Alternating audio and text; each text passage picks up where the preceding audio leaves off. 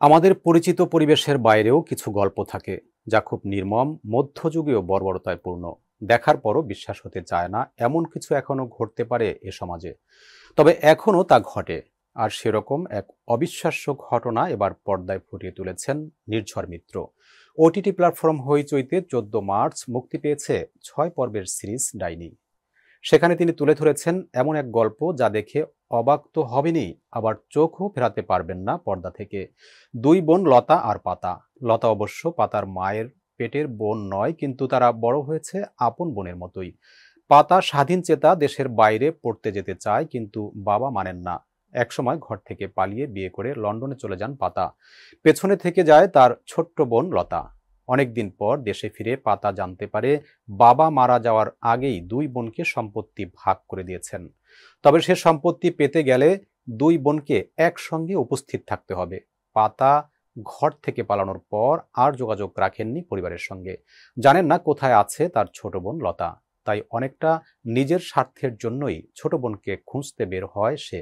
খুঁজতে গিয়ে সে পৌঁছায় এক ডুয়ার্সের প্রত্যন্ত পাহাড়ি গ্রামে, যেখানে মানুষ দেবতাদের মানে না, তবে বিশ্বাস করে ভূতে ডাইনিতে। আর সেই ফায়দা নিতে পিছপা হয় না মানুষরূপী কিছু পিশাচ। ক্ষমতা ব্যবহার করে তারা যা খুশি তাই করে যায়। আর কেউ প্রতিবাদ করলে তার জীবনে নেমে আসে ভয়াবহ দুর্যোগ। লতাকে খুঁজতে বের হয়ে পাতা দেখতে পায় মৃত্যুর দুয়ারে দাঁড়িয়ে আছে সে। তারই বোনকে মেরে ফেলা হচ্ছে ডাইনি সন্দেহে। এরপর বোনকে বাঁচাতে ঝাঁপিয়ে পড়ে পাতা। পাতা কি পারে লতাকে বাঁচাতে, নাকি সেই মানুষরূপী শয়তানদের কাছে হার মানতে হয় তাকে? ডাইনি সিরিজের প্রধান চরিত্রে অভিনয় করেছেন মিমি চক্রবর্তী। বোনের প্রতি হিংসা, বোনকে বাঁচানোর চেষ্টা, অপরাধ বোধে ভোগা চরিত্রের এই দ্বিমুখী দিককে তিনি খুব ভালোভাবে ফুটিয়ে তুলেছেন। অ্যাকশন দৃশ্যেও তার অভিনয় ছিল দুর্দান্ত। তবে সৃষ্টি শুধু মিমি চক্রবর্তীকে ঘিরে নয়। লতা হিসেবে অসাধারণ অভিনয় করেছেন কৌশানী মুখোপাধ্যায়। তার সংগ্রাম, তাকে অত্যাচারিত হওয়া দৃশ্যগুলো চোখে লেগে থাকে। পর্দার উপস্থিতি কম সময় হলেও তার চরিত্রটি বহুমাত্রিক। নতুন জীবনের স্বপ্ন নিয়ে প্রেমিকের হাত ধরে বাড়ি থেকে পালানো, এরপর কুসংস্কারাচ্ছন্ন এক গ্রামের গৃহবধূ হিসেবে জীবনে বিপর্যয়ে নেমে আসা, নানা উত্থান পতনের গল্প দারুণভাবে ফুটিয়ে তুলেছেন তিনি। সিরিজটিতে পার্শ্বচূড়া সবাই খুব ভালো অভিনয় করেছেন। তবে এখানে খলনায়কের কথা আলাদাভাবে বলতেই হয়। জানগুরুর ভূমিকায় বিশ্বজিৎ দাসের অভিনয় ছিল অনবদ্য। জানগুরুকে তিনি যেভাবে অসাধারণ উপস্থাপন করেছেন তা সিরিজটিকে এক নতুন মাত্রা দিয়েছে। নির্দয়তা, ক্রুর শয়তানি শরীরী ভাষায় তিনি চমকে দিতে থাকেন শুরু থেকেই। ডাইনি সিরিজের সবচেয়ে ভালো দিক এর সাবলীল উপস্থাপনা। কোনো দৃশ্যে অহেতুক কোনো অ্যাকশন দৃশ্য দেখানো হয়নি, এমনকি অ্যাকশনের দৃশ্য দেখানো হয়েছে খুব বিশ্বাসযোগ্যভাবে। মারতে গিয়ে মিমি চক্রবর্তী ব্যথা পেয়ে তীব্র আর্তনাদ করে ওঠেন। বোঝাই যায় তিনি মারামারিতে অভ্যস্ত নন। সেটাকে পর্দায় দারুণভাবে হাজির করেছেন নির্মাতা।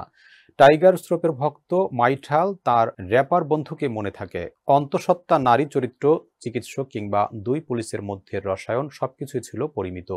ডাইনি সৃষ্টির সিনেমাটোগ্রাফির কাজ করেছেন তুর্য ঘোষ। জঙ্গলের ভেতরে ওয়াইড অ্যাঙ্গেলের শটগুলো দারুণ ছিল। এই দৃশ্যগুলোর কারণে খুনিয়াবাড়ি, জয়ঘাটি কতটা অজপাড়া গায়ে তা দর্শক সহজেই বুঝতে পারেন। তবে সৃষ্টির আবহ সঙ্গীতে দুর্দান্ত কাজ করেছেন মৈনাক মজুমদার।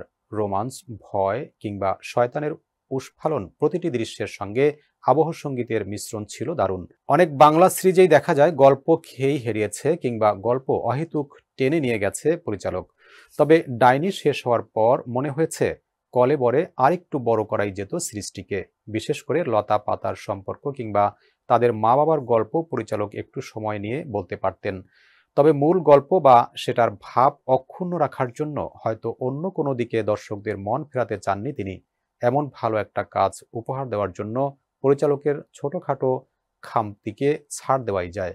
ডাইনি সিরিজটা এতটাই ভালো বানিয়েছেন পরিচালক নির্ঝর যে দেখার পরে মনেই হয় না এটি পশ্চিমবঙ্গের কোনো কাজ।